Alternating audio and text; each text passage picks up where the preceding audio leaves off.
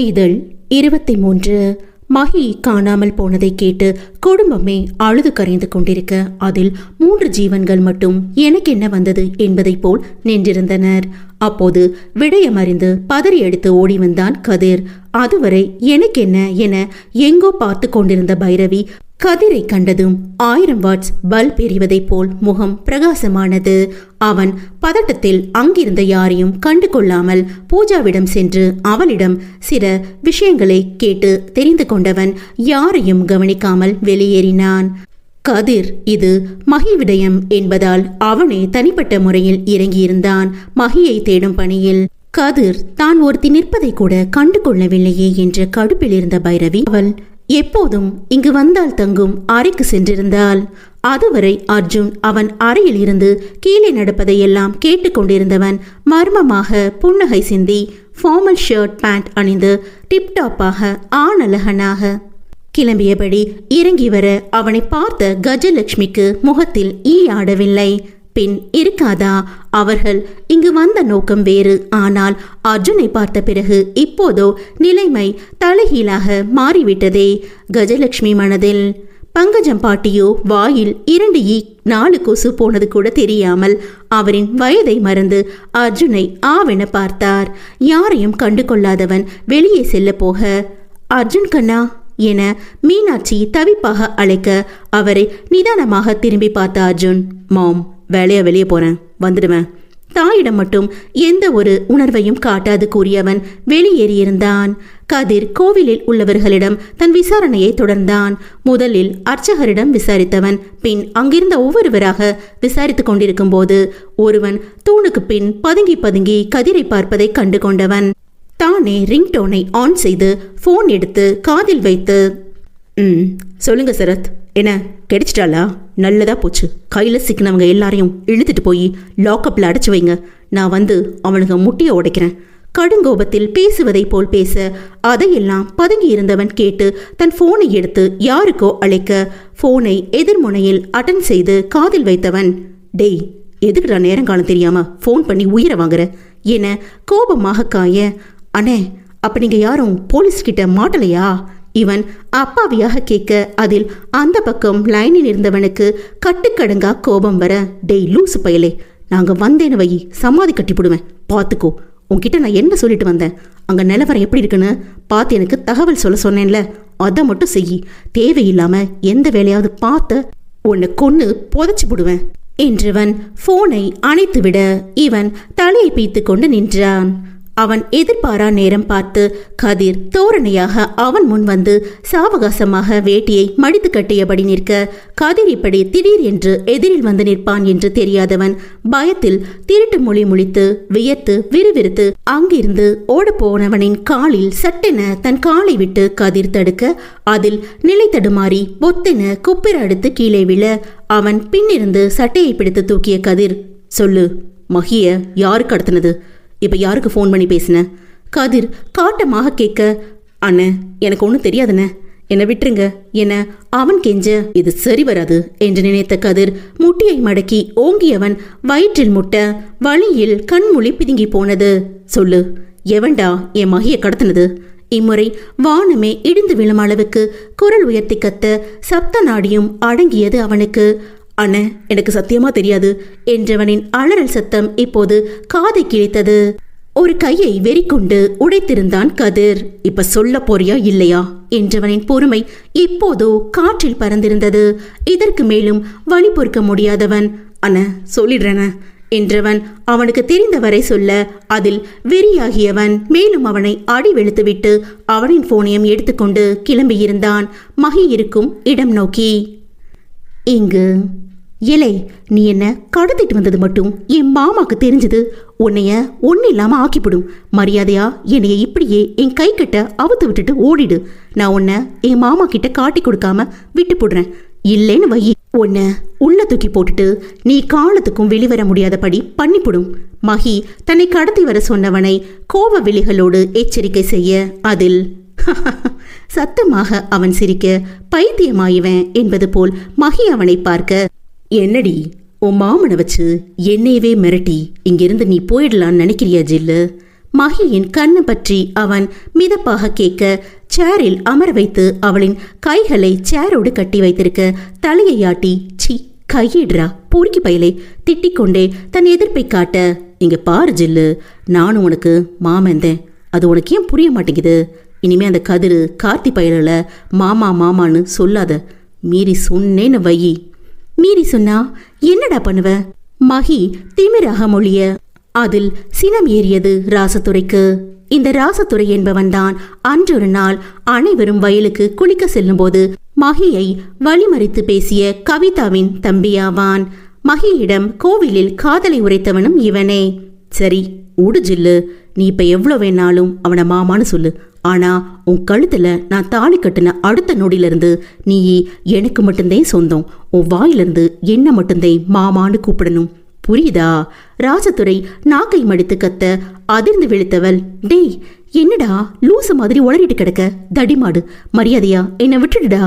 மகி கத்த, என்ன ஜில்லு, உன்னை விடுறதுக்கா தூக்கிட்டு வந்தேன். உனக்கு எனக்கும் இப்ப கொஞ்ச நேரத்துல கல்யாணம், உன் கழுத்துல தாலியை கட்டிடுவேன், அப்புறம் அப்படியே ஒன்ன என்று ஏதோ அசிங்கமாக பேச அருவருப்பில் முகம் சுளித்தவள், சி உனக்கு அசிங்கமா இல்லையாடா இப்படிலாம் பேச?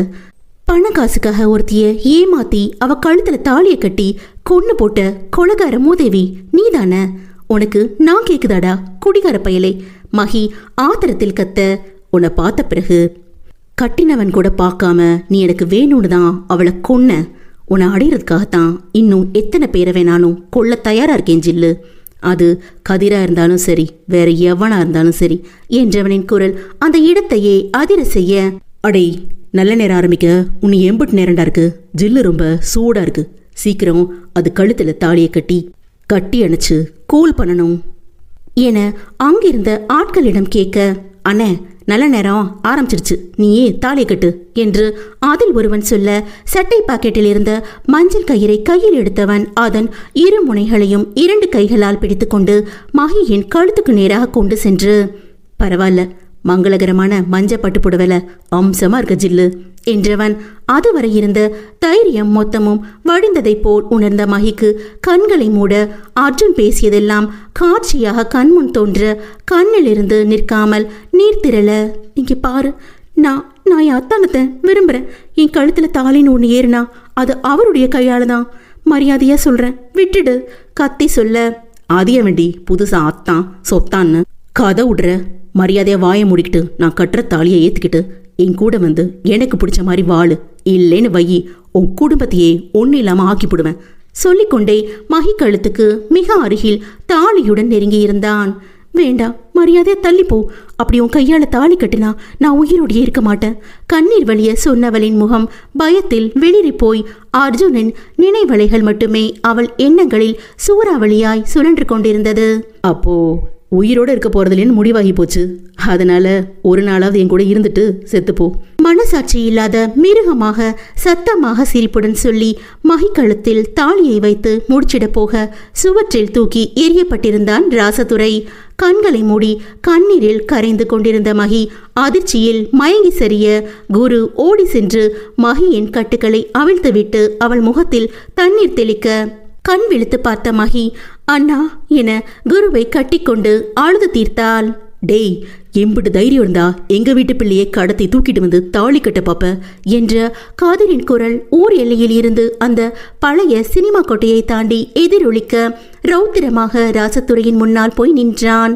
அவனை பார்த்ததும் அதுவரை மகியிடம் பேசிய பேச்செல்லாம் எங்கு சென்றதோ? அண்ணே ஏதோ தெரியாம பண்ணிட்டேன், இனிமே நான் இந்த ஊர்ல இருக்க மாட்டேன், விட்டுருன. பேச வாயிலிருந்து வார்த்தைகள் வர மறுக்க அவனை முழுதாக தலை தொடங்கி கால் வரை நோட்டம் விட்ட கதிர் அவனை அடித்து விழுத்து விட்டான்.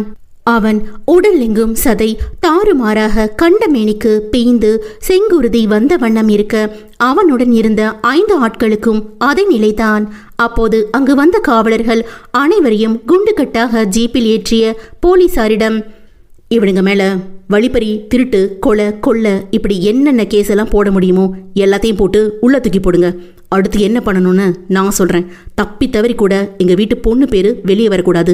கதிர் அதிகார குரலில் கட்டளையாக சொல்ல, எஸ் சார், கண்டிப்பா அப்படி எதுவும் வராது என்று வாக்களித்து சல்யூட் அடித்து 6 பேரையும் கைது செய்து கொண்டு சென்றனர். கதிர் கோவிலில் அடித்து கேட்டவன் மகியை ராசத்துறை கடத்தியது. அவளை பாலடைந்த சினிமா கொட்டாயில் அடைத்து வைத்து அவன் மகியை இன்றே திருமணம் செய்து கொள்ளப் போவது அனைத்தும் சொல்லியிருக்க ராசத்துறை கொள்ளும் வெறியேறியது கதிருக்கு. உடனே குருவிற்கு அழைத்து எல்லா விஷயத்தையும் கூற இருவரும் ஒரே நேரத்தில் வந்திருந்தனர். மகி வீட்டிற்கு வரும் வரையிலும் மூவரும் எதுவும் பேசிக்கொள்ளவில்லை. மகி காரை விட்டு கீழே இறங்க மொத்த குடும்பமும் அவளுக்காக அவள் கிடைத்துவிட்ட திருப்தியில் ஆனந்த கண்ணீருடன் காத்திருந்தது. ஆனால் மகியின் கண்களோ அவளின் மனம் கவர்ந்த மன்னவனை தேட அவன் அங்கு இல்லாததில் ஏமாற்றத்துடன் அனைவரையும் ஏறிட்டாள். அதில் 3 ஜீவராசிகள் எப்போதும் போல் எனக்கென்ன வந்தது என்னும் ரீதியில் இருந்தும் பைரவியின் கண்கள் மட்டும் கதிர் மேல் ரசனையாக படிந்து அவனை பார்வையால் அங்குலம் அங்குலமாக தின்று கொண்டிருந்தாள். இதழ் 24. வீட்டு வாயிலில் குடும்பமே மகிக்காக காத்திருக்க காரில் இருந்து இறங்கி வந்த மகி அங்கு அர்ஜுன் இல்லாததால் ஏமாற்றத்துடன் தன் அம்மா அத்தைகளை கட்டியள பூஜாவும் உடன் சேர்ந்தவள். ஏ புள்ள, உன்னை காணோனதும் நான் எம்பிட்டு பயந்து போயிட்டேன் தெரியுமாடி. பூஜா கண் கலங்க, அழாத புள்ள, அதான் நான் திரும்பி வந்துட்டேன்ல என்றவளை ராதா ரதி சூர்யா என அழுகையுடன் கட்டிக்கொள்ள அப்போது ஏய் செத்த தள்ளுங்கடி, என் பேத்தி மேல அந்த வீணா போன விளங்காதவன் கண்ணு பட்டு போச்சு. இனிமே என் பேத்தி மேல எந்த ஒரு கொல்லி வாய்ப்பிசாசு கண்ணும் படக்கூடாது என்று கொண்டே வள்ளிப்பாட்டி ஆரத்தி எடுக்க அங்கு நின்றிருந்த 3 பிசாசுகளுக்கும் முகம் கருத்து போனது. மகியை உள்ளே அழைத்து செல்ல மீனாட்சி மடியில் தலை வைத்து மகி படுத்துக்கொள்ள மீனாட்சியும் ஒன்னும் இல்ல மகிமா, எல்லாம் சரியாயிடுச்சு, கொஞ்ச நேரம் தூங்கு என அவளின் தலையை மென்மையாக வருடிவிட மகி கண்ணிலிருந்து நீர் நிற்காமல் வடிந்தது. குருவும் கதிரும் ஒருவரை ஒருவர் பார்த்து சமிகை செய்து கொள்ள கதிரியை வைத்த கண் வாங்காமல் ரசனையாக பார்த்து கொண்டிருந்த பைரவி அதை கவனித்து விட்டாள். என்னவாக இருக்கும் என்று சிறிது யோசித்தவள் எழுந்து சென்று மாமா என உற்சாகமாக அழைத்து கொண்டே கதிரை உரசினார் போல் ஒட்டி அமர களைப்பாக இருந்த கதிரும் அப்போதுதான் பைரவியை கண்டவன். ஏய் பைரவி, நீ எப்ப புள்ள வந்த? கதிர் கேட்க, உனக்கு என்னைக்கு எங்களையெல்லாம் கண்ணுக்கு தெரிஞ்சிருக்கு மனதில் நினைத்தவள். காலையில் வந்தேன் மாமா சிரித்து கொண்டே சொல்ல, சரி பைரவி, வேலையெல்லாம் எப்படி போகுது? வேலைக்கு என்ன மாமா, அதெல்லாம் நல்லா தான் போகுது. பைரவி கதிர் கையில் அவள் கையை கோர்த்தபடி பதில் கூற சிறு வயதிலிருந்தே பைரவி இப்படி கதிர் கையை பிடித்துக்கொண்டு திரிந்ததால் கதிருக்கு அதனால் ஒன்றும் தோன்றவில்லை போலும். பொதுவாக பேசிக்கொண்டு அமர்ந்திருக்க அந்நேரம் சரியாக காயு அவள் பின்னால் கார்த்தி என மகி கிடைத்த செய்தி கேட்டு மகியை பார்க்க அடித்து பிடித்து ஓடி வந்ததை பார்த்த பைரவிக்கு வயிற்றெரிச்சலாக இருந்தது. கூடவே கஜா பங்கஜம் பாட்டிக்கும் கூட. சிறு வயதிலிருந்தே பைரவிக்கு கதிர் என்றால் கொள்ளை பிரியம். அது வளர வளர கதிர் மேல் காதலாக மாறியது. பைரவி கதிரை விரும்பியது வயது கோளாறு என்றாலும் கதிர் காயுவை உயிருக்கு உயிராய் விரும்புவது தெரிந்தே அவனை விரும்பி இப்போது கதிர் காயு இருவருக்கும் திருமணம் வரை வந்த நிலையிலும் எப்படியாவது கதிரை தனக்கு சொந்தமாக்கிக் கொள்ள வேண்டும் என்று நினைப்பது அவனை பொறுத்தவரை தவறும் சரிதான். பங்கஜம் பாட்டிக்கும் கஜலட்சுமிக்கும் கதிரின் சொத்துக்கள் மேலிருக்கும் தீராத ஆசையில் பைரவிக்கு நல்லது எது கெட்டது எது என்று சொல்லித்தராமல் அவள் கதிர் மேல் ஆசை வைத்தது தவறு என்று தெரிந்தே மேலும் அவளை ஏற்றிவிட்டு இன்னொரு பெண்ணின் வாழ்வை அளிக்க பல சதி வேலைகளை செய்து வருகின்றனர். மகிப்புள்ள என அவளை கட்டிக்கொண்டு நீ காணோன்னு கேள்விப்பட்டதும் ரொம்ப பயந்துட்டேன் புள்ள, காயு கவலையாக சொல்ல. ஆஹா, அப்படி இருக்கிறவதே இம்புட்டு நேரம் கடந்து வந்து கேப்பியலோ. மகி தன் சொந்தங்களை கண்டதும் கொஞ்சம் தெளிவு பெற்றதில் காயுவை கிண்டல் செய்ய, ஆமாடி அம்மா, நாங்கள் அப்படியே இடுப்பு மேலே கையை வச்சுக்கிட்டு உட்காந்துட்டு இருந்தோம் பாரு. அம்மாக்கு மருந்து தீந்து போச்சுன்னு கார்த்தி மாமாவை கூட்டிக்கிட்டு டவுனுக்கு போயிட்டேன். குரு அண்ணன் ஃபோன் பண்ணியிருக்கு. ஆனால் மாமா ஃபோனை சைலண்டில் போட்டுட்டாவ போல. வர வரையில்தான் மாமா ஃபோனை எடுத்து பார்த்ததில்ல. குரு அண்ணன் ஃபோன் பண்ணியிருக்கிறத பார்த்துட்டு ஃபோன் போட்டு கேட்டதில்ல. அண்ணன் எல்லாத்தையும் சொல்லிடுச்சு. கடைசியா நீ கிடைச்சதையும் சொல்லிச்சு. அப்போதான் எங்களுக்கு மூச்சே திரும்பி வந்துச்சு தெரியுமா? காயு படபடவென சொல்ல. காயு பொருடி, நான் சும்மா தான் கேட்டேன், அதுக்கு போய் ஏன் இம்புட்டு விளக்கத்தை சொல்றவ? எனக்கு தெரியாதா புள்ள, உன்னை பத்தி நீ சொல்லிதே எனக்கு தெரியணுமா என்ன? மகி கேட்க காயு வந்ததிலிருந்து கதிர் அவளையே ரசனையாக பார்த்து கொண்டிருப்பது பைரவிக்கு ஆத்திரமாக வர, இருந்தும் காயு பார்க்கும்படி கதிர் மடியில் ஏறி உட்காராத குறையாக இன்னும் நன்றாக ஒட்டி உரசி அமர்ந்து கொள்ள அவளை பார்த்த கார்த்தி, ஏய் பைரவி, இங்கனையெல்லாம் எம்பிட்டு இடம் கிடக்கு, நீ என்ன கதிரண்ணே மடியில் ஏறி உட்கார்ந்துருக்கவ, இங்கிட்டு வா, என் பக்கத்துல எம்பிட்டு இடம் இருக்கு பாரு என்று சொல்ல அதில் பதறியவள், ஐயோ இந்த கார்த்தி மாமா காரியத்தை கெடுத்துரும் போல என்று நினைத்தவள், இல்ல மாமா, இங்கேயே எனக்கு கம்ஃபர்டபுளா தான் இருக்கு, நான் இங்கேயே உட்காந்துக்கிறேன் என்றிட, எதையாவது பண்ணு என கார்த்தி விட்டுவிட்டான். பைரவியை பார்த்து சிரித்த காயு, பைரவி நல்லா இருக்கியா என்க, நல்லா இருக்கேன் காயத்ரி என வர வைக்கப்பட்ட புன்னகையுடன் சொல்ல, பைரவி, காயு உன்னை விட 3 வயசு பெரியவ, நீ என்ன காயத்ரின்னு பேரை சொல்லி கூப்பிடுறவ, ஒழுங்கா அக்கான்னு சொல்லி பழகு. பூஜா சொல்ல, அதான பையு, நீ என்ன அண்ணிய பேர் சொல்ற, என்ன இதெல்லாம் நீ கேட்க மாட்டியா ரதி கதிரிடம் கேட்க, ஐயோ ரதி விடு, அவ என்ன இன்னைக்கு நேத்தா என்ன பேர் சொல்லி கூப்பிடுறா, நானே அதை பெருசா எடுத்துக்கல, விடுங்க காயு பெருந்தன்மையாக கூற, அது எப்படி ஆத்தா, அதெல்லாம் முறைன்னு இருக்குல்ல, இது நாள் வரைக்கும் சின்ன பிள்ளைன்னு கண்டுக்காம விட்டாச்சு, இன்னும் 4 நாளில் நீ ஒருத்தனுக்கு வாக்கப்பட்டு குடும்ப பொறுப்பை கையில் எடுத்துக்க போற, உனக்கு நியாயமா கிடைக்க வேண்டிய மரியாதையை கொடுத்துதான் ஆகணும். வள்ளி பாட்டி சொல்ல பைரவிக்கு பத்தி கொண்டு வந்தது.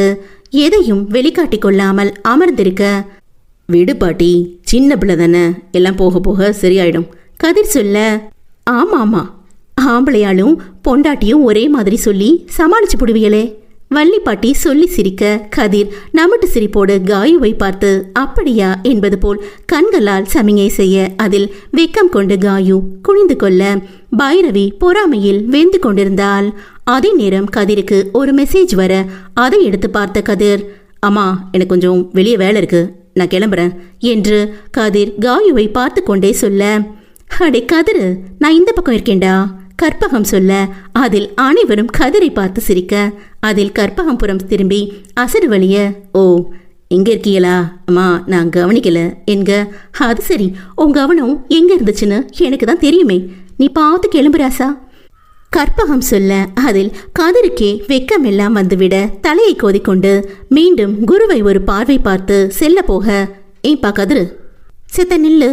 கஜா வெளியே செல்ல போன கதிரை அழைக்க, கதிர் திரும்பியதும் சொல்லுங்கத்த என்றிட, என்னப்பா கல்யாண மாப்பிள்ள, நீ கல்யாணத்தை இவ்வளோ கிட்டத்தில் வச்சுக்கிட்டு நீ வெளியே கண்டமேனிக்கும் அழைஞ்சு தெரிஞ்சா நல்லாவா இருக்கு.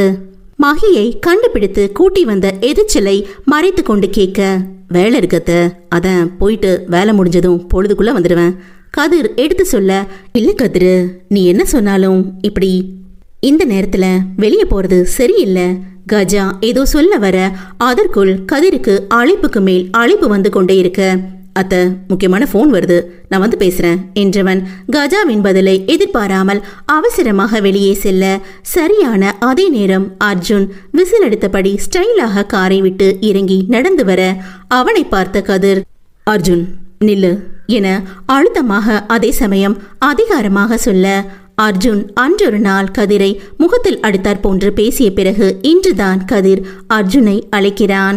கதிரை என்ன என்பது போல் பார்த்து அர்ஜுன் நிற்க, அவன் தோளில் கை வைத்து அழுத்தம் கூட்டி அவன் கண்களை நேருக்கு நேர் கூர்மையாக பார்த்து அர்ஜுன் காதருகில் சென்ற கதிர், ஆல் தி பெஸ்ட் பிரதர் என்றவன் ஒரு புன்னகையை உதிர்த்து அவனை விட்டு பிரிந்து விறுவிறுவென அவன் பைக்கில் ஏறி சென்றான்.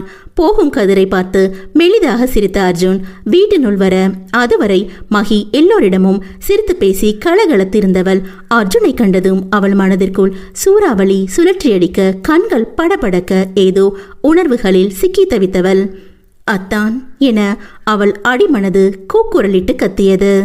அர்ஜுன் நின்று மகியை பார்த்து யாரும் அறியா வண்ணம் கண்ணடித்து உதடு குவித்து பறக்க முத்தம் ஒன்றை கொடுத்து மஞ்சள் வண்ண பட்டு சேலையை ரசனையாக பார்த்து, ஏஞ்சல் என்று முணுமுணுக்க என சிறுமிய குரு, மாப்பிள்ள எல்லாரும் இருக்காவ, செத்த உன் பார்வையை கொஞ்சம் மாத்து, ஆனா நீ என் தங்கச்சியை பார்த்து கண்ணடிச்சு பறக்க முத்தம் கொடுத்தத நான் பார்க்கல, அவளை குரு குருவென பார்த்த எதையும் நான் சத்தியமா பார்க்கவே இல்லை மாப்பிள்ள. பின்னால் கைகளை கட்டியபடி எங்கோ பார்த்து குரு சொல்ல, குருவை தோளோடு அணைத்த அர்ஜுன் அவன் காதில் கிசுகிசுப்பாக, இப்படி பார்க்கலன்னு சொல்லிட்டு எல்லாத்தையும் பார்த்துருக்கியே மாமா, உன்னை என்ன செய்யலாம்? அர்ஜுன் பல்லை கடித்து குரு தோளில் அழுத்தம் கூட்ட, இளைய தம்பிக்காரா, நானும் எதையும் பார்க்கல. கார்த்தி சொல்ல, ஆமா மாமா, நானும் எதையும் பார்க்கல. சூர்யா சொல்ல, அப்போதுதான் எங்கோ சென்று விட்டு வீட்டிற்கு வந்த ரிஷி இவர்கள் பேசியதை பின்னால் நின்று கேட்டு, என்னத்தடா நீங்க பார்க்கல? ரிஷி கேட்க, இதை கேட்ட அர்ஜுன் திருவென முழிக்க, பண்றதையும் பண்ணிக்கிட்டு முழிக்கிறத பாரு. கார்த்தி அர்ஜுனை குமட்டில் குத்த, ஐயோ எப்பா, டேய் ஆளை விடுங்கடா, உங்க முன்னாடி ஏதோ தெரியாம பண்ணிட்டேன், இனிமையெல்லாம் தனியா பண்ணிக்கிறேன் என்றவன் விட்டால் போதும் என்று ஓடிவிட அர்ஜுன் ஓடிய திசையை பார்த்து, டேய் அர்ஜுன், அப்படி என்னத்தடா நீ பண்ணதை இவனுங்க பார்க்கல, சொல்லிட்டு போடா. ரிஷி கத்த, கார்த்தி ரிஷி தோளில் கை போட்டு, அவன் என்ன பண்ணான்னு அவசியம் தெரிஞ்சுக்கணுமா? கார்த்தி கேட்க, ரிஷி ஆமாம் என அவசரமாக தலையசைக்க, சரி சொல்றேன் கேளு. அவன் என்னத்தை பண்ண மாட்டேன்னு சொல்லிட்டு போனானோ அதைத்தான் பண்ணான். அதைத்தான் நாங்கள் யாரும் பார்க்கலன்னு சொன்னோம். கார்த்தி தெளிவாக ரிஷியை குழப்பிவிட, என்ன புரிஞ்சதா இல்லை இன்னும் தெளிவாக சொல்லவா? கார்த்தி கேட்க, தலைக்கு மேல் கும்பிடு போட்டவன், போதும் ராசா, எனக்கு இந்த தெளிவே போதும். இதுக்கு மேலே உன் தெளிவான பேச்சை கேட்டேன்னு வையி, அப்புறம் விபரீதமாக ஏதாவது எனக்கு ஆயிடும், வழிய விடு என்றவன் மகியிடம் சிறிது பேசிவிட்டு அவன் அறைக்கு சென்றான். கஜா பங்கஜம் இருவரும் அர்ஜுன் வந்ததிலிருந்து அவனையே பார்த்து கொண்டு இருந்தவர்களின் எண்ணம் மட்டும் நல்லதாக இல்லை. பைரவி அர்ஜுனை கண்டு வாயை பிளந்து விட்டாள். இனி வரும் நாட்களில் இவர்கள் தீய எண்ணங்கள் நிறைவேறுமா என்பதை பொறுத்திருந்து பார்ப்போம். அர்ஜுன் போன திசையை பார்த்த மகி கீழுதட்டை கடித்து தனக்குள் வைக்கப்பட்டு சிரித்து கொண்டே இதற்கு மேல் அங்கிருக்க முடியாமல் தனதரைக்குள் ஓடிவிட குரு, கார்த்தி, சூர்யா மூவரும் சிரித்து கொண்டனர். இதழ் 25. மகி எதையோ நினைத்து நாணத்தில் முகம் சிவந்த வண்ணம் பாடலை பாடிக்கொண்டே சமைத்து கொண்டிருக்க மகியின் பாடல் ஒளி சத்தம் ஹாலிலும் கேட்க அங்கு ஏற்கனவே குரு, கதிர், கார்த்தி, ரிஷி, சூர்யா என ஆண்கள் உட்கார்ந்து பேசிக்கொண்டிருந்தவர்களும் அவளின் பாட்டை கேட்டு அர்த்தமாக தலையசைத்து புன்னகைத்து கொண்டனர். அந்நேரம் ராதா, ரதி, பூஜா என எதையோ பேசிக்கொண்டே வந்தவர்கள் காதிலும் கேட்க மூவரும் ஒருவரை ஒருவர் பார்த்து, என்னடி மகி இம்புட்டு சத்தமா பாட்டு பாடிட்டு இருக்கா? என்னாச்சு அவளுக்கு? பூஜா கேட்க, தெரியலையா நீ, வா போய் பாப்போம். ராதா சொல்ல, அதுவும் சரிதான் வாங்க என மூவரும் கிச்சன் வாயிலில் நின்று பார்க்க, மெல்லியான் மகனை பெண்ணுக்கு பிடிக்காது முரடா உன்னை ரசித்தேன் என்று பாடிக்கொண்டிருக்க, யாரு புள்ள அந்த முரட? வெளியே இருந்து வந்த சத்தத்தில் சட்டென பாட்டை நிறுத்திய மகி திரும்பி பார்க்க மகியை நோட்டம் விட்டபடி அவளையே குறுகுருவென பார்த்து கொண்டு மூவரும் நின்றிருக்க அவர்களை பார்த்து நாக்கை கடித்து திரும்பிக் கொண்டு, பாட்டுல வரும் புள்ள, இது கூடவா உனக்கு தெரியாது? மகி மென்று முழுங்கி கேட்க, அது எங்களுக்கும் தெரியும், அதுக்குன்னு பாட்டுல வர முரடனை நினைச்சு பாடினதுக்கா உன் முகம் இப்படி ரோசா பூக்கணுக்கா செவந்து கிடக்கு? பூஜா புருவம் உயர்த்தி நக்கலாக வினவ, அதான என ரதி, ராதா இருவரும் கோரஸாக குரல் கொடுக்க, என்ன அதான? ஒரு மனுஷியா நிம்மதியா பாட்டு கூட பாட விட மாட்டேங்கப்பா இந்த வீட்டுல. மகி பொய்யாக அங்கலாய்த்து கொண்டு விறுவிறுவென இடத்தை விட்டு ஓடிவிட்டாள். என்னக்கா இன்னைக்கு மகி அண்ணி ரொம்ப வித்தியாசமா நடந்துக்கிற மாதிரி இல்ல? மகி சென்ற திசையை பார்த்து ரதி சொல்ல, எங்க போயிட போற புள்ள? கத்திரிக்காய் முத்துனா நேரா கடத்தெருவுக்கு வந்து தானே ஆகணும், அப்ப மாட்டுவான். சரி வாங்கடி போகலாம் என இருவரையும் இழுத்து கொண்டு சென்றாள். கதிர் அவன் அறையில் விளக்கை அணைத்து மெத்தையில் அமர்ந்து யாருடனோ கேஸ் விஷயமாக போனில் கதைத்து கொண்டிருக்க அந்நேரம் லேசாக திறந்திருந்த கதவை சத்தமே இல்லாமல் திறந்து கொண்டு பூனை நடையிட்டு ஒரு உருவம் மெல்ல நடந்து வந்து கதிரை பின்னால் இருந்து கட்டிக்கொள்ள, அதில் கதிர் திடுக்கிட்டாலும் அவன் போலீஸ் மூளையோ திருடன் அல்லது எதிரியாக இருக்குமோ என நினைத்து அந்த உருவத்தின் கை அவன் வயிற்றில் இருக்க அதை வேகமாக பிடித்திழுத்து மெத்தையில் தள்ளி இரு கரங்களையும் மேல் பிடித்து தூக்கி அவனின் ஒரு கரத்தில் அடக்கி அந்த உருவத்தின் முகத்தில் ஓங்கி குத்துவிட போக, ஐயோ மாமா என்ற அலறலில் நெற்றி சுருக்கி ஓங்கிய கையை கீழே இறக்கிய கதிர் அருகில் உள்ள விளக்கை எட்டி எறிய விட கண்களை திறந்து பார்த்தாள் பைரவி. அவளை இங்கு எதிர்பார்த்திராதவன் சட்டென அவள் மேல் இருந்து நகர்ந்து எழுந்தவன், பைரவி இங்க எதுக்கு வந்த என்றவனின் குரல் சற்று கடுமையாகவே ஒலித்தது. அதுவரை அவனின் சிறு ஸ்பரிச தீண்டலை ரசித்துக் கொண்டிருந்தவள் கதிரின் கடுமையான குரலில் பயந்து, அது மாமா, இந்த பக்கம் வந்தேன், உங்க கதவு திறந்திருந்தது, அதான் உன்னை பார்க்க வரலான்னு நினைச்சு வந்தேன். ஆனா நீங்க இந்த பக்கம் திரும்பி இருந்ததால சும்மா விளையாட்டுக்கு இப்படி பண்ணிட்டேன். அப்பாவி போல் கண்களை உருட்டி மொழிய அவளை நம்பாத பார்வை வீசி, இங்க பாரு பைரவி, இன்னும் நீ சின்ன புள்ள கிடையாது. முன்னாடி மாதிரி இங்க வர இனிமே இப்படி என் அறைக்குள்ள கதவை தட்டாம என் அனுமதி இல்லாம வரக்கூடாது, புரிஞ்சுதா? அதட்டும் தோணியில் கேட்க, இதுவே இந்த மேடா மினிக்கிங்க மகி ராதா இவனுங்க வந்தா மட்டும் இத்தனை வயசாகியும் அவனுங்க மட்டும் சின்ன பிள்ளைங்க போல பல்ல இழிச்சிட்டு நின்றுப்ப, நான் வந்தா சின்ன புள்ள கிடையாதா என மனதில் புழுங்கியவள். சரி மாமா, இனிமே இப்படி பண்ண மாட்டேன். பம்மி எப்படி சொல்ல தலையசைத்து, சரி போ என அவனின் பார்வையில் இதுவே கடைசி என்னும் விதமான எச்சரிக்கை இருக்க அதில் முகம் கர்த்தவள் ஒரு முடிவோடு இடத்தை விட்டு சென்றாள் பைரவி. இங்கோ ராதா கண்கள் மூடி கார்த்தியின் நினைவளைவில் உழண்டு கொண்டிருந்தவளின் கழுத்தில் சூடான மூச்சுக்காற்று வீச அதில் பயந்து போய் கண்கள் திறந்து பார்க்க யாரை இத்தனை நேரம் நினைத்து கொண்டிருந்தாலோ அதற்கு சொந்தக்காரன் தான் அவள் அருகில் படுத்து அவளையே குறுகுறுத்து பார்த்து கொண்டிருந்தான். மாமா என எழுந்தவள் முகத்தை திருப்பிக் கொண்டு, நான் தான் என்கிட்ட உன்னை பேசக்கூடாதுன்னு சொல்லியிருக்கேன்ல, அப்புறம் எதுக்கு வந்த? அவனை பாராது சொல்ல கார்த்தி அவள் கையில் ஒரு பேப்பரை திணிக்க ராதா அதை என்னவென்று பார்க்க, பேசக்கூடாதுன்னு நீ சொல்லி இருந்த ராதுமா, ஆனா உன் அறைக்குள்ள வரக்கூடாதுன்னு உன்னை தொடக்கூடாதுன்னு சொல்லலையே ராதுமா, உன்கிட்ட பேசாம இருக்க முடியலடி என்று வருத்தமாக எழுதியிருக்க அவனை முறைத்தவள் கண் கலங்கி, இனிமே எந்த தப்பும் பண்ணக்கூடாது சரியா என்று ராதா கேட்க அவளும் அவனிடம் பேசாமல் தவித்து கொண்டுதானே இருக்கிறாள். இதுக்கு நான் வாய் திறந்து பதில் சொல்லணுமா இல்ல எழுதி காட்டணுமா? கார்த்தி சைகையில் கேட்க, ஐயோ ரொம்ப நல்ல பையன் மாதிரி நடிக்காத மாமா, உன்னை பத்தி எனக்கு தெரியாதா, வாயை திறந்தே சொல்லு ராதா எங்கோ பார்த்து சொல்ல. என்ன மயில, இவ்வளோ தூரம் சொன்னதுக்கு அப்புறமும் எப்படி ராதுமா உன்னை மீறி நான் தப்பு பண்ணுவேன்? ஏதோ புத்தி கெட்டு போய் அதை கையில தொட்டுட்டேன், தெரியாம பண்ணேன்னு பொய் சொல்ல விரும்பல, தெரிஞ்சுதான் பண்ணேன். ப்ளீஸ் ராதுமா, அதுக்காக எனக்கு எம்பிட்டு வேணா தண்டனை கொடு, ஆனா உன்னை நீயே காயப்படுத்திக்காதடி, அது எனக்கு தேன் ரொம்ப வலிக்குது. இதை கூறும்போதே கார்த்தியின் கண்களும் கலங்கிவிட்டது. கூடிய விரைவில் மீண்டும் ஒரு பெருந்தவறு இழைத்து தன்னவள் எடுக்க போகும் விபரீத முடிவில் அவன் காலத்திற்கும் கண்ணீர் வடிக்க இதுதான் முதல் படியோ? ராதா, சரி மாமா, இனிமே இப்படி பண்ண மாட்டேன், நீ அழாத, என்னால பார்க்க முடியல என அவளும் கண்ணீர் விட அவளை தன்னுடன் இறுக்கிக் கொண்டவன், ஏய் நான் அழலடி, சும்மா கண்ணில் தூசி பட்டுருச்சு, உன்கிட்ட ஒரு நாள் பேசலைனாலும் என்னால நிம்மதியா இருக்க முடியாதுன்னு தெரிஞ்சுக்கிட்டே என்னை இப்ப எல்லாம் ரொம்ப அலைய விடுறடி. கார்த்தி வருத்தமாக சொல்ல, சரி மாமா, அதான் இனிமே அப்படி பண்ண மாட்டேன்னு சொல்லிட்டேன்ல, நீ இப்ப போ என்று ராதா தெளிந்து கொண்டே சொல்ல. போகணுமா என்றவனை, போ மாமா, ரொம்ப தப்பு தப்பா பேசுற. ஆமா மாமா, அந்த மகியக்கா அந்த ராசத்துறை கடத்திப்புட்டு திரும்ப வந்ததுல இருந்தே ஒரு மார்க்கமாவே சுத்திட்டு இருக்கே, இத பத்தி உனக்கு ஏதாவது தெரியுமா? ராதா தாடையில் கை வைத்து யோசனையாக கேட்க பட்டென நிமிர்ந்தவன், ராதுமா, மாமாக்கு அர்ஜென்ட்டா ஒரு ஃபோன் பேசணும்டா, இப்பதான் ஞாபகம் வந்துச்சு, அதனால அப்புறமா மாமா உன்கிட்ட வந்து பேசுறேன் என்றவன் திரும்பி பார்க்காமல் ராதா அறையை காலி செய்திருந்தான். போகும் அவனை விசித்திரமாக பார்த்து வைத்தாள் ராதா. இங்கோ, ஹே மீனு, என்ன தனியா இங்க உட்காந்து என்ன பண்ணிட்டு இருக்க?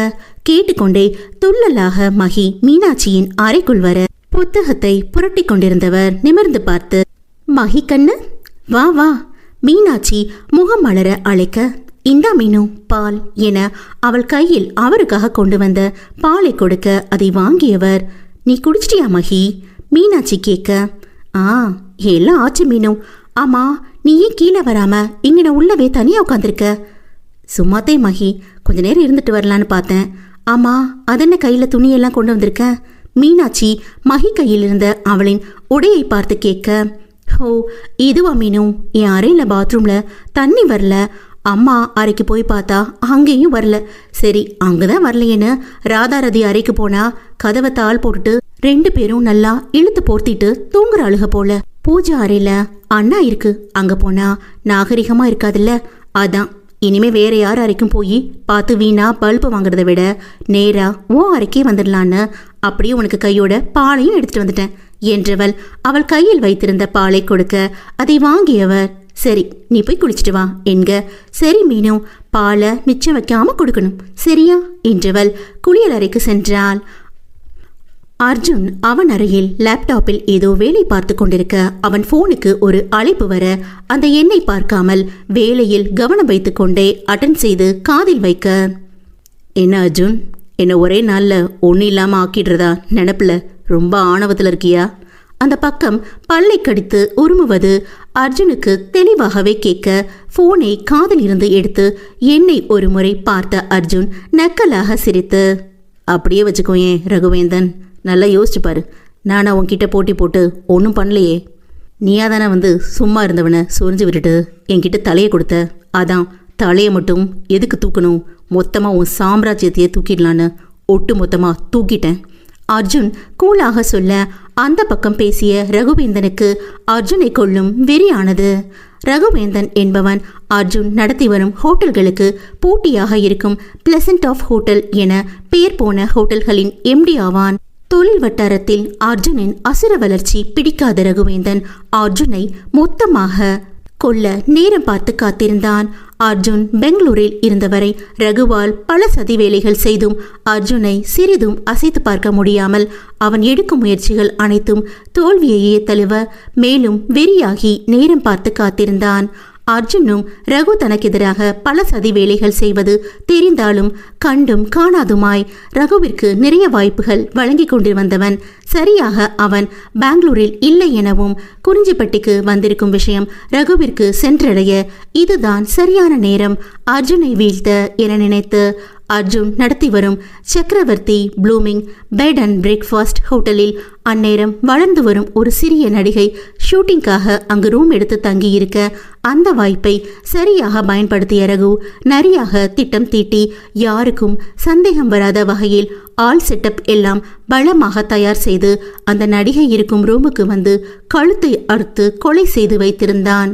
இதை அந்த பக்கமாக கூல்ட்ரிங்க்ஸ் எடுத்து வந்த அந்த ஹோட்டலின் ஊழியன் முனங்கல் சத்தம் கேட்கவே கதவின் சந்து வழியே அனைத்தையும் பார்த்துவிட கொலை செய்தவனும் அங்கு யாரும் இல்லை என மிதப்பில் ரகுவிற்கு அங்கேயே போன் செய்து டீல் பேச அப்போது அவன் ரகுவேந்தன் சார் என குறிப்பிட்டதை உள்வாங்கிய அந்த ஊழியன் உடனே அர்ஜுனுக்கு அழைத்து அனைத்தையும் கூற உடனடியாக என்ன செய்யலாம் என யோசித்தவனுக்கு சிக்கியது ஆதாரம்.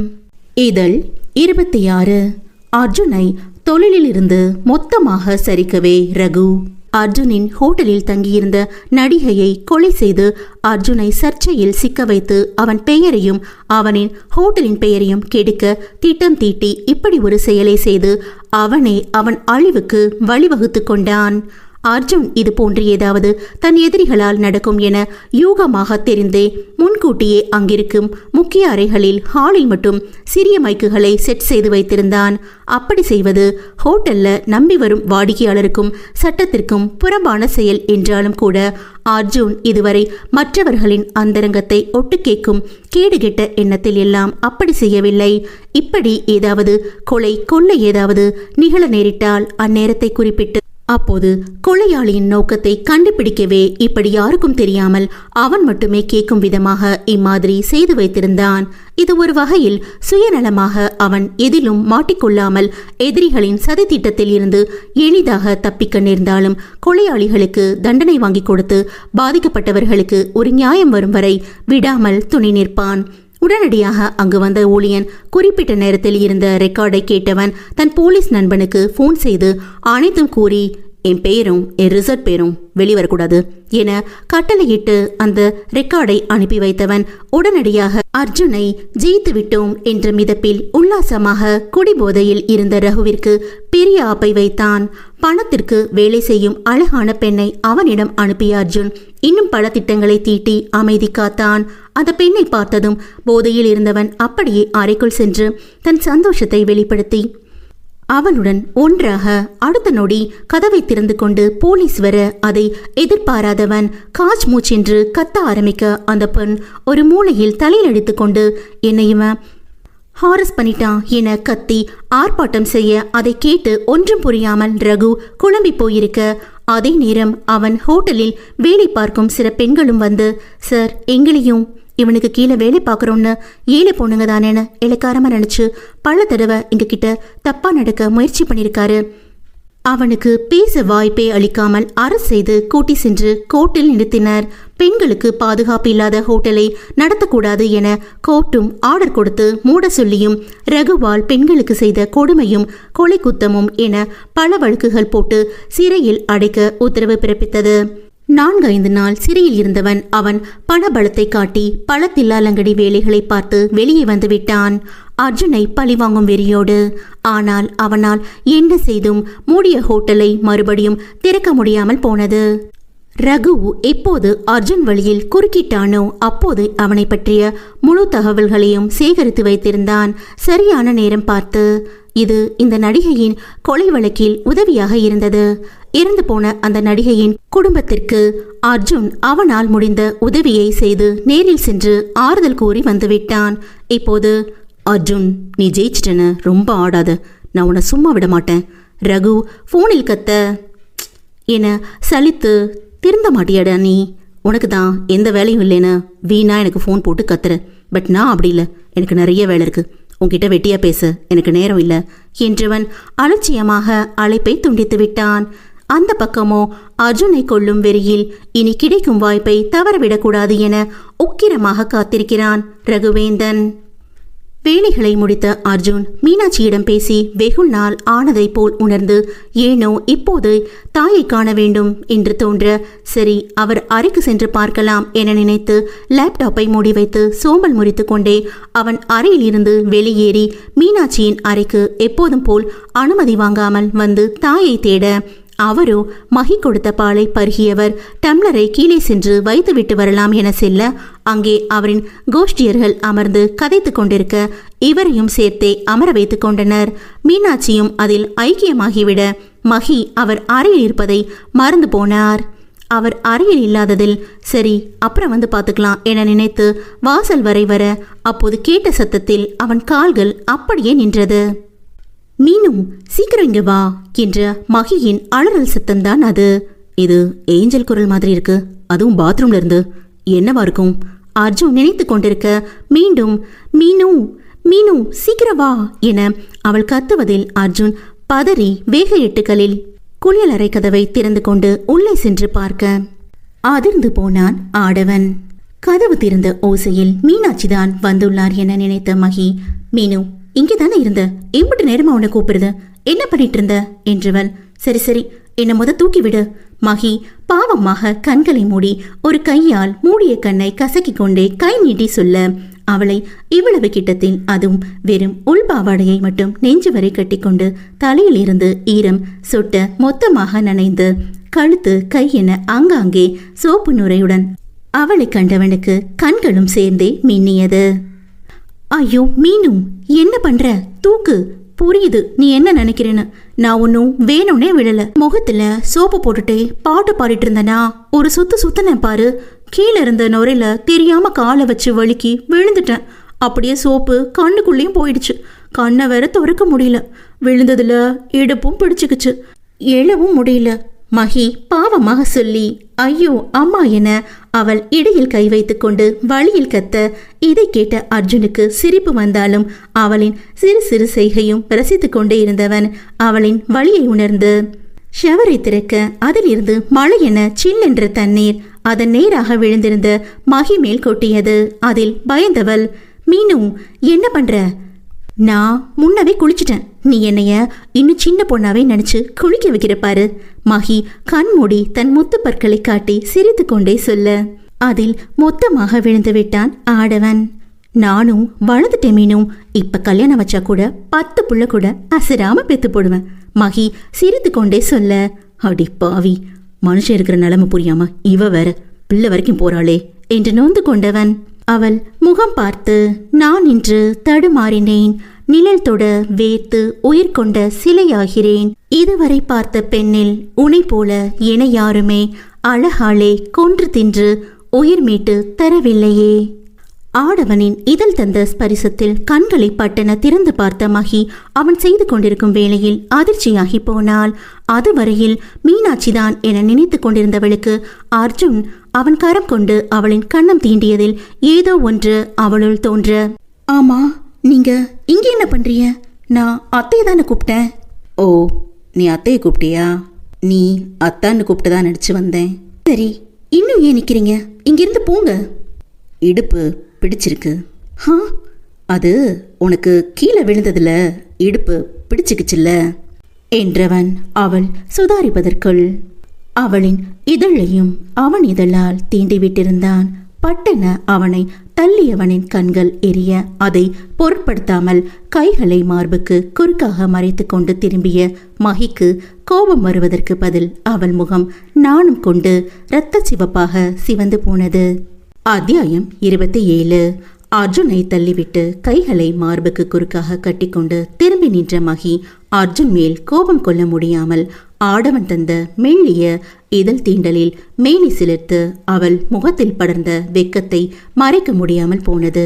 மகி தள்ளிவிட்டதும் தான் அவன் இத்தனை நேரமும் என்ன செய்தான் என தெரிய தலை கோதிக்கொண்டவன் புன்னகைத்து அவளின் பின்னால் நெருங்க அதில் திடுக்கிட்டவள், என்ன பண்றியத்தான்? யாராச்சும் பார்த்தா என்ன ஆகும் என்றவளுக்கு. பார்த்தா என்ன ஆகும் ஏஞ்சல்? சீக்கிரமே அவங்களே நமக்கு ஓரறிய கல்யாணம் பண்ணி வைப்பாங்க. ஸோ நமக்கும் வேலை ஈஸியாக முடிஞ்சிடும். அர்ஜுன் கூலாக சொல்ல அதுவரை இருந்த கூச்சம் வெக்கம் எல்லாம் காணாமல் போய், இங்க பாருங்க, நான் தான் முன்னவே தெளிவா சொல்லிட்டேன், காதல் கல்யாணம் எல்லாம் எனக்கு சரிப்பட்டு வராதுன்னு. அப்படியே நீங்க திரும்ப திரும்ப இதையே பேசிட்டு இருக்கீங்க.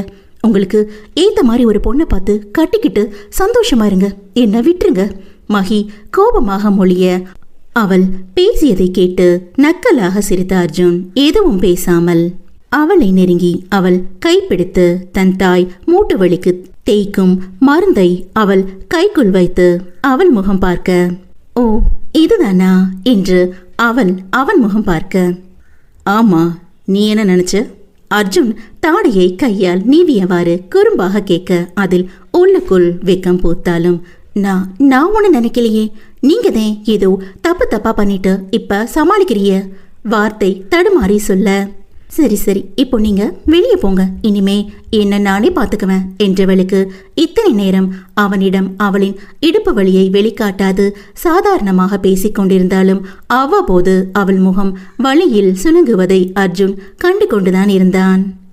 அவளின் நிலைமையை உணர்ந்தவன் இதற்கு மேல் அவன் உணர்வுகளுக்கும் கட்டுக்குள் இல்லாமல் பேயாட்டம் போட அதில் அவன் உடல் முழுவதும் வியர்வையில் நனைய ஒரு பெருமூச்சு ஒன்றை வெளியேற்றி, இதுக்கு மேல முடியாதுடா சாமி என நினைத்தவன் வேகமாக எழுந்து அங்கிருந்து அவன் அறைக்கு சென்றிருந்தான். மகியின் முகத்தை கூட காணாமல். எங்கோ ரதி உறக்கம் களைந்து எழுந்து சென்று தோட்டத்தில் எதையோ வெறித்தவாறு கண்கள் கலங்கி அமர்ந்திருக்க அவளுக்காகவே எதிர்பார்த்து காத்திருந்தவன் போல் அவள் அருகில் வந்து நின்றான் ரிஷி. அவன் திடீரென அவள் முன் வந்து நின்றதும் ஒரு நிமிடம் பயந்து பின் ரிஷிதான் என்றதும் நிம்மதியடைந்தவள் கண்களை அழுத்தி துடைத்து கொண்டு அவனை என்ன என்பது போல் பார்க்க, இங்கே தனியா உட்காந்து அப்படி என்னத்தை பார்த்துட்டு இருக்க ரதி? ரிஷி கை கட்டி கொண்டு ரதியை ஆழ்ந்து நோக்கி கேட்க, அது சும்மாதேன், பொழுது போகல. அதே ரதி அவன் முகம் பாராது எங்கோ பார்த்து சொல்ல, இன்னும் எத்தனை நாள் இதே மாதிரி உனக்கு பொழுது போகாம இங்கே வந்து தனியா உட்காந்து யாருக்கும் தெரியாம அழுவ? புருவம் உயர்த்தி ரிஷி சொல்ல விழுக்கென அவனை நிமிர்ந்து பார்த்த ரதி, நான் ஏன் தனியா உட்காந்து அழ போறேன்? நீ இப்படிதான் சொல்லுவேன்னு தெரிஞ்சும் உன்கிட்ட கேட்டது ஏன் தப்புதான். இந்த புடி என ஒரு போனை அவள் கையில் திணிக்க அதில் ரதி புரியாமல், எனக்கு எதுக்கு போனு? என்கிட்ட ஏற்கனவே இருக்கு, இதை நீங்களே வச்சுக்கோங்க என்றவளை முறைத்த ரிஷி, ஹலோ மேடம், என்ன நக்கல் பண்றியா? அதை ஓபன் பண்ணி கேலரிக்குள்ள போய் பாரு. ரிஷி முகத்தை திருப்பிக் கொண்டு சொல்ல ஏற்கனவே மனவேதனையில் உள்ள ரதிக்கு ரிஷியின் இந்த செயல் சற்று எரிச்சல் மூட்ட அவன் கையிலேயே மீண்டும் அந்த போனை திணித்துவிட்டு, இதை பாருங்க, இது எங்க வீடு, நான் எங்க வேணா தனியா உட்காருவேன், இல்ல கூட்டமா உட்காருவேன். அத நீங்க ஒன்னும் கேட்க வேண்டிய அவசியம் இல்ல, உங்களுக்கு அந்த உரிமையும் இல்ல, சொல்லிக்கிற மாதிரி சொந்தமும் இல்ல. அதனால இனிமே இப்படி தனியா இருக்கிற என்கிட்ட வந்து பேசி இந்த போனு அது இதுன்னு கொடுக்குற சாக்குல தொட்டு பேசுற வேலையெல்லாம் வச்சுக்காதிய, அப்புறம் நல்லா இருக்காது, சொல்லிட்டேன். அவனிடம் கோபமாக பேசி ரிஷி எதற்காக அப்படி செய்தான் என சிறிதும் சிந்திக்க தோன்றாமல் அவனை திரும்பியும் பார்க்காமல் சென்று விட்டாள். ரிஷி இப்படி தரைக்குறைவாக பேசிவிட்டு போகும் ரதியை உணர்ச்சி துடைத்த முகத்துடன் வேதனையாக பார்த்து கொண்டிருந்தான். இங்கு காயு அவள் அன்னைக்கு வேண்டியதெல்லாம் செய்து முடித்து அவள் அறையில் ஒரு வெள்ளை நோட்டில் ஸ்ரீராம ஜெயம் 1008 முறை வேண்டி அதில் எழுதி கொண்டிருக்க, அந்நேரம் அன்று போல் இன்றும் கதிர் சாளரம் வழியாக திருடன் போல் எகிரி குதித்து வர அதில் மீண்டும் ஒரு முறை பயந்து போன காயு. என்ன மாமா இது, சும்மா சும்மா இப்படித்தான் ஜன்னல் வழியா வந்து பயமுறுத்துவியா? வாசக்கதவு வழிய வந்தாதான் என்னவா? காயு முறைப்பாக கேட்க, போலடு, உன்னை பார்க்க ஆசையா சிரமப்பட்டு சுவர் ஏறி குதிச்சு வந்தா என்னையவே சாடுற பத்தியா? போ, நான் வந்த வழியை பார்த்துட்டு போறேன். கோபித்து கொண்டு திரும்பியவனை, போவாத மாமா, சும்மா ஒரு பேச்சுக்கு சொன்னா கோச்சுக்கிற பத்தியா? எனக்கு மட்டும் உன்னைய பார்க்க ஆசை இல்லாம இருக்குமா? காயு உள்ளே போன குரலில் சொல்ல, அதில் அவள் கைப்பிடித்து முன்னால் கொண்டு வந்தவன் அவள் கன்னத்தை இரு கைகளாலும் தாங்கி, என் லட்டு பொண்ணை பத்தி எனக்கு தெரியாதாடி? ஆமா, நான் வரும்போது எதையோ எழுதிட்டு இருந்தவ, என்ன லட்டு எழுதுன? கதிர் கேட்க அவன் நெஞ்சில் சாய்ந்து கொண்ட காயு, மாமா இந்த முறை நம்ம கல்யாணம் எந்த ஒரு தடங்களும் இல்லாம கண்டிப்பா நடக்கும்ல? கவலையா கேட்க தானும் அவளை அணைத்து கொண்டவன், என்னாச்சு லட்டு, இன்னும் 3 நாள்ல கல்யாணத்தை வச்சுக்கிட்டு இப்ப போய் ஏன் இப்படி கேட்குற? ஏண்டி, உன் மாமா மேல உனக்கு நம்பிக்கை இல்லையா? கதிர் கேட்க, என்ன மாமா நீ உன் மேல போய் நம்பிக்கை இல்லாம கேட்பனா? என்னன்னு தெரியல மாமா, இத்தனை நாள் இல்லாம நம்ம கல்யாண நாள் கிட்ட நெருங்க என் மனசுக்கு தப்பா படுற மாதிரி இருக்கு மாமா. அது என்னன்னு சரியா எனக்கு சொல்ல தெரியல. கலங்கியவாறு காயு சொல்ல அவள் நெற்றியில் மென்மையாக முத்தமிட்டவன், இங்க பாரு புள்ள, சும்மா இந்த குட்டி இதயத்துக்குள்ள கண்டதையும் போட்டு குழப்பிக்காம கல்யாணம் பொண்ணா லட்சணமா வெக்கப்பட்டுக்கிட்டு சிரிச்சிட்டு இருக்கணும், புரியுதா? என்ன நடந்தாலும் நீ மட்டும்தான் என் பொஞ்சாதி, புரியுதா? ஆமா, என்ன எழுதுனேன்னு கேட்டா நீ என்ன லட்டு பேச்சையே மாத்திப்புட்ட? அவன் பேசியதை கேட்டு சற்று தெளிவு பெற்றவள், அது ஒன்றும் இல்லை மாமா, நம்ம கல்யாணம் நல்லபடியா நடக்கணும்னு ஆஞ்சநேயருக்கு வேண்டிக்கிட்டு ஸ்ரீராம ஜெயம் எழுதின. காயும் சொல்ல, ஏண்டி அவரே கல்யாணம் வேணான்னு பிரம்மச்சாரியா போயிட்டாரு, நீ என்னடானா அவர்கிட்டே கல்யாணம் நடக்கணும்னு வேண்டிக்கிட்டு இருக்க பத்தியா? உன்னை என்னடி பண்றது? கதிர் சிறுமுறைப்பாக கேட்க, மாமா சாமி விஷயத்துல இப்படி அபசகுணமா பேசக்கூடாது, நீ இப்படி உட்காரு, நான் போய் உனக்கு சோறு கொண்டாரேன் என்று அவள் செல்ல போக, லட்டு இன்னும் 3 நாள் தான் இருக்கு, அது வரைக்கும் தாங்குற மாதிரி ஒன்று கனமா வேணும். கதிர் அவளிடம் நெருங்கி குழைய, மாமா உன் பார்வையே சரியில்லை, நீ போய் போ. காயு நெளிந்து கொண்டே சொல்ல, லட்டு நெளியாத புள்ள, மாமனுக்கு கண்ணா பின்னான்னு உடம்புல ஷாக் அடிச்சு அப்படியே ஜிவ்வுன்னு ஏறுதுடி. கதிர் ஒரு மார்க்கமாக சொன்னான். இங்கோ அம்மா இப்ப என்னதான் பண்றது, எல்லாமே நம்ம கையை விட்டு போயிடும் போல. கதிர் மாமாவை என் பக்கம் இழுக்க என்னால முடிஞ்சதை நான் பண்ணி பார்த்துட்டேன். ஆனா மாமா என்ன சுத்தமா கண்டுக்காம அந்த பயந்தாங்குள்ளி காயத்ரி கிட்ட அப்படி என்ன இருக்கோ அவகிட்ட போய் மயங்கி இருக்காரு. பைரவி கோபமாக கத்திக்கொண்டிருக்க அவள் கத்துவதை கஜாவும் பங்கஜம் பாட்டியும் மிக்சரை வாயில் திணித்து கொண்டு ஒன்றும் பேசாமல் பார்த்து கொண்டிருக்க அதை கண்ட பைரவி கோபமாக கையில் கிடைத்த பொருளை எடுத்து அவர்கள் மீது வீசி, நான் இங்க பைத்தியக்காரி மாதிரி கத்திட்டு இருக்கேன், அங்க 2 பேரும் வாய் முழுக்க மிக்சர் அமுக்கிக்கிட்டு வெறுப்பேத்துறீங்க. மீண்டும் கத்த, ஏய் செத்த நேரம் வாய் மூடிட்டு நான் சொல்றத கேளு பைரவி. பாட்டி சொல்ல, என்ன சொல்ல போற? பைரவி வெறுப்பாக கேட்க, ஏய் அந்த ஆண்டவனை நம்ம பக்கம் இருக்கிறதால தான் ஒன்று இல்லைன்னா இன்னொன்று உன்னை தேடி அனுப்பி வச்சிருக்கான். பாட்டி குதர்க்கமாக சொல்ல அதில் குழம்பி போய் பாட்டியை பார்த்த பைரவி, என்ன பாட்டி சொல்ற? எதுவா இருந்தாலும் தெளிவா புரியுற மாதிரி சொல்லி தொலை. ஹே பையு, இன்னும் அடி உனக்கு பாட்டி சொல்ல வர்றது என்னன்னு புரியல? அந்த கதிர் பையன் இல்லைனா என்னடி? தான் அவனை விட வசதியா அந்த மீனாட்சியோட பையன் அர்ஜுன் இருக்கானே. கஜா சொல்ல பைரவிக்கு அர்ஜுன் பெயரை சொன்னதும் எங்கும் வானில் ரெக்கை இல்லாமல் பறப்பதை போல் உணர்ந்தவள், அம்மா நான் கதிர் மாமாவல்ல விரும்புறேன், ஆனா அந்த புதுசா வந்திருக்க அர்ஜுன் மாமாவும் பார்க்கவே செம்மையா இருக்கான். பைரவி சொல்ல, அங்கதான் இருக்கு எங்க பிளானே என்ற பாட்டி தன் தீய எண்ணத்தை பற்றிய திட்டத்தை சொல்ல துவங்கினார். இதழ் 28 ஆங்காங்கே மெல்லிய மஞ்சள் விளக்கொளி மிளர்ந்து கொண்டிருந்த அந்த ரம்யமான இரவு வேளையில் திருமண வேலைகளை முடித்து நேரம் கடந்து அவரவர் அறைக்கு சென்று அசதியில் படுத்தவுடன் உறங்கி போக ஒரு ஜீவன் மட்டும் உறக்கமில்லாமல் மனதில் பல குழப்பங்களுடன் வானத்தில் ஜொலிக்கும் நிலவுக்கே போட்டி போடும் விதமாக மொட்டை மாடியின் திண்டில் அமர்ந்து தன் கழுத்தில் உள்ள சங்கிலியின் முருகன் டாலரை தூக்கி பிடித்து அதனுடன் வாக்குவாதத்தில் ஈடுபட்டு கொண்டிருந்தது. என்ன முருகா, நான் இம்புட்டு உன்கிட்ட கேட்குறேன், அப்படியே ஒன்றும் தெரியாத மாதிரி அமைதியா நிற்கிற, சொல்லு. என் குழப்பத்துக்கு எனக்கு இப்பவே ஒரு தீர்வு வேணும். இல்லைன்னு வையி, உனக்கு நான் பொங்கல் பண்ணி படையல் போட மாட்டேன். ஆமா. மகி முருகனிடம் சண்டையிட அவளுக்கு பதில் சொல்ல முடியாமல் பாவம் அந்த முருகனை மொழி பிதுங்கி போனார் என்றால் ஆச்சரியம் ஒன்றும் இல்லை. பின்ன 2 மணி நேரமாக தேஞ்சு போன ரெக்கார்ட் மாதிரி பேசினதையே பேசி பேசி அவரை போட்டு படாதபாடுபடுத்தி கொண்டு இருக்கிறாளே. இப்போ நீ பதில் சொல்ல போறியா இல்லையா முருகா? கொஞ்சம் சத்தமாக கேட்க.